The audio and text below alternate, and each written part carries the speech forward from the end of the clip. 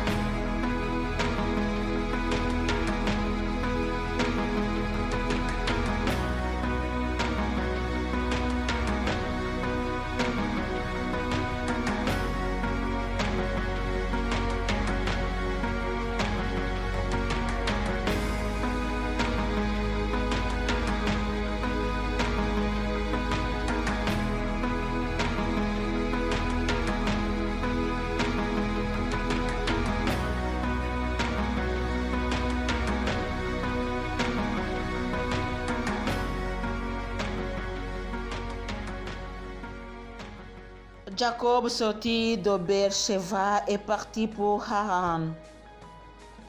Il fut surpris par le coucher du soleil en un lieu où il passa la nuit. Il prit une des pierres de l'endroit, en fit son chevet et coucha en ce lieu. Il eut un songe. Voici qu'était dressée sur terre une échelle dont le sommet touchait le ciel. Des anges de Dieu y montaient et y descendaient. Voici que le Seigneur se tenait près de lui et dit: Je suis le Seigneur Dieu d'Abraham, ton père, et Dieu d'Isaac.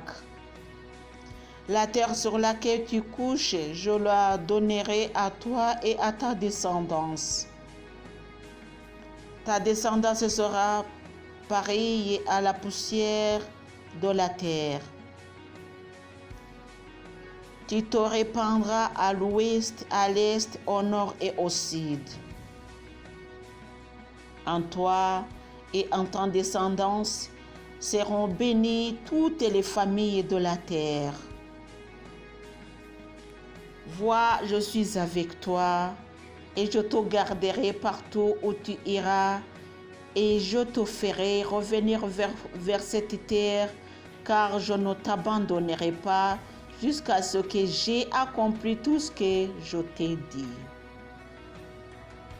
Jacob se réveilla de son sommeil et s'écria: Vraiment, c'est le Seigneur qui est ici, et je ne le savais pas.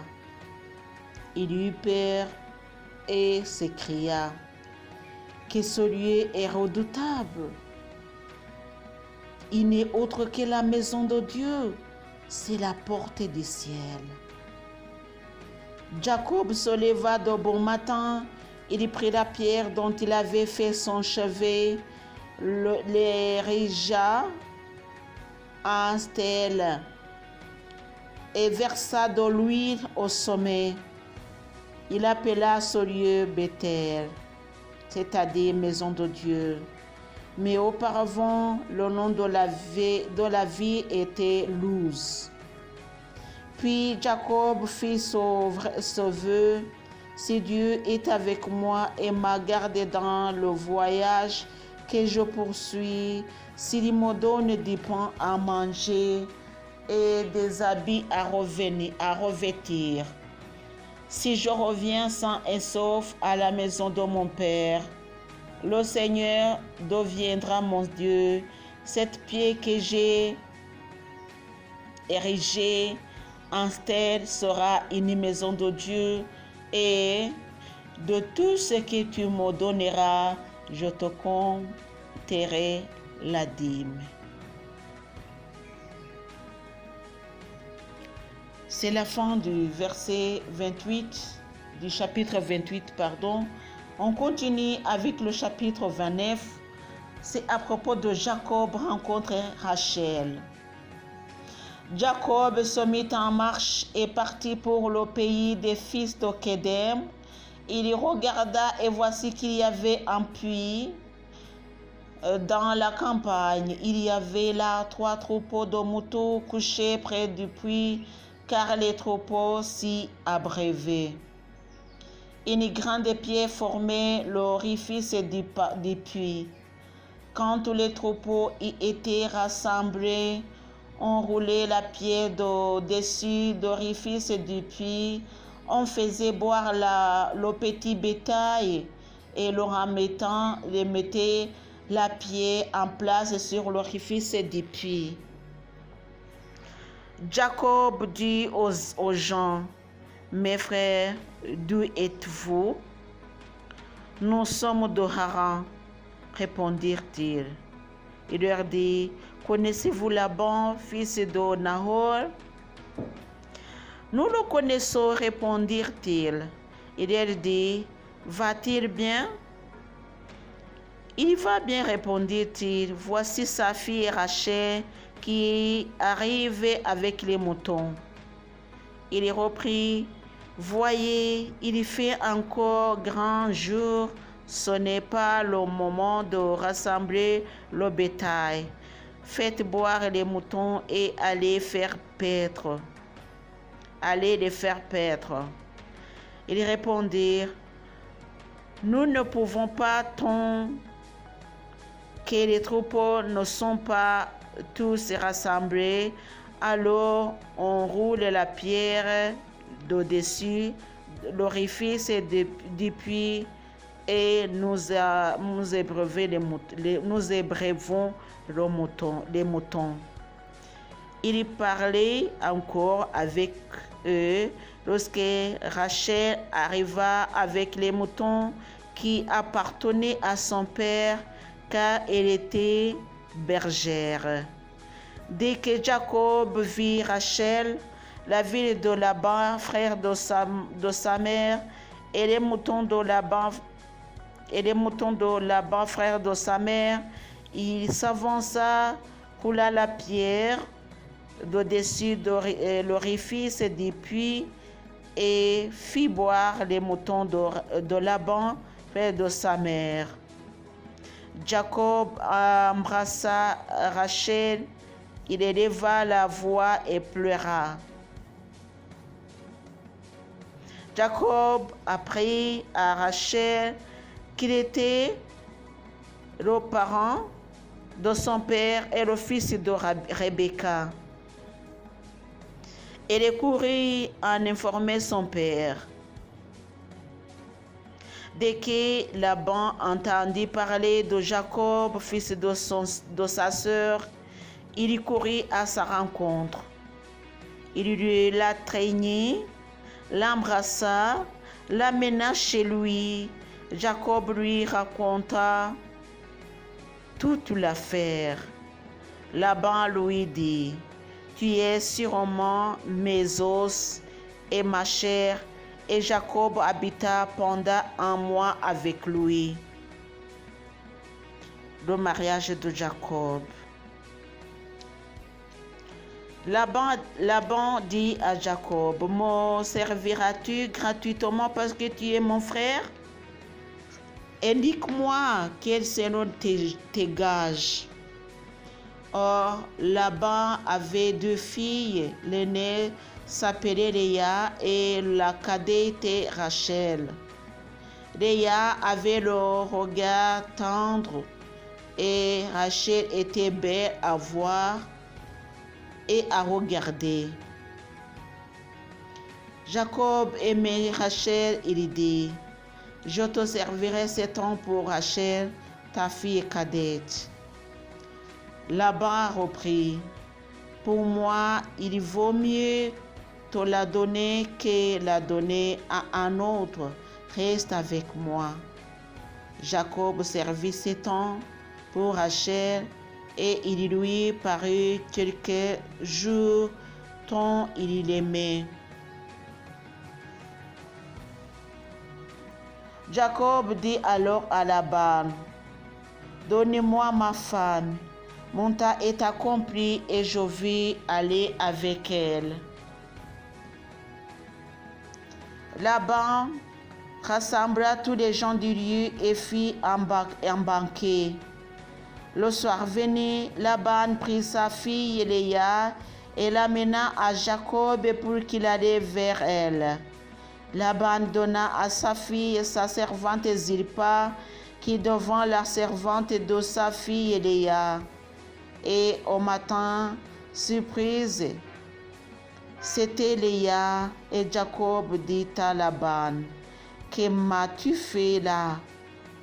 Ne t'ai pas servi pour Rachel? Ne t'ai-je pas servi pour la Rachel?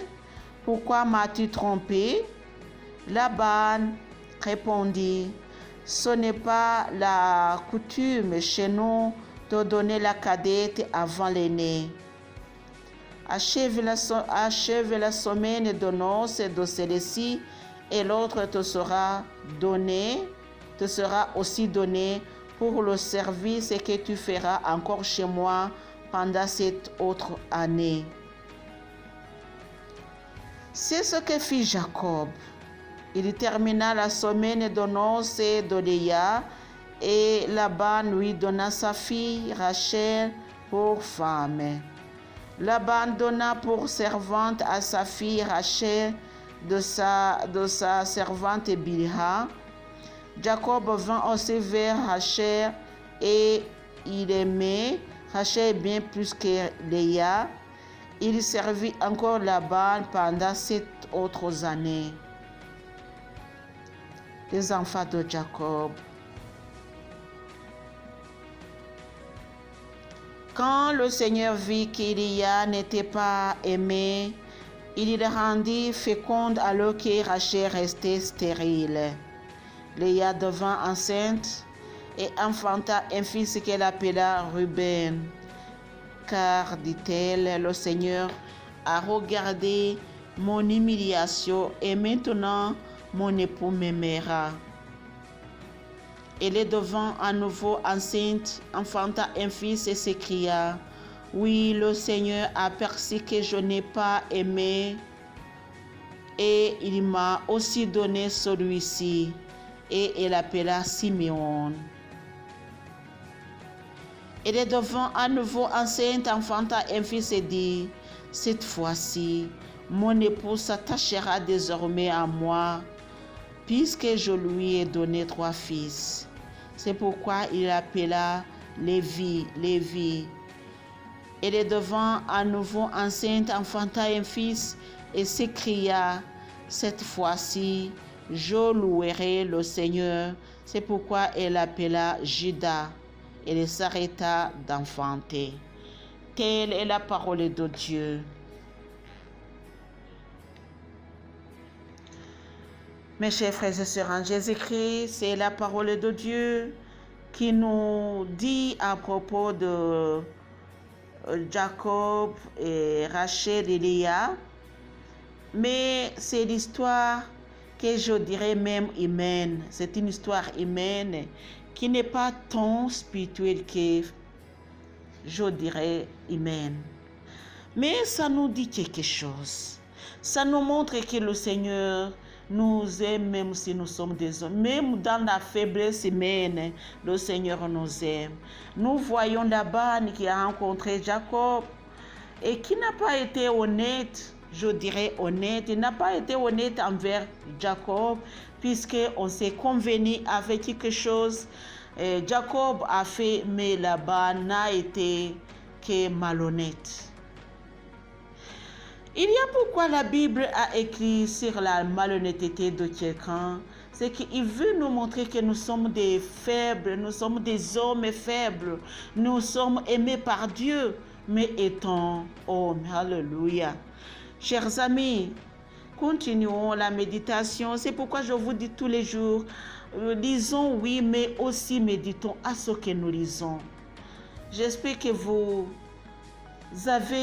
prenez vos temps pour méditer à ce que nous lisons. Moi, je lis pour vous, mais je ne vais pas méditer pour vous. C'est à vous de méditer, mes chers frères et sœurs en Jésus-Christ. C'est à moi de lire et c'est à vous de méditer. Que le Seigneur Jésus vous bénisse. Au nom du Père et du Fils et du Saint-Esprit. Amen.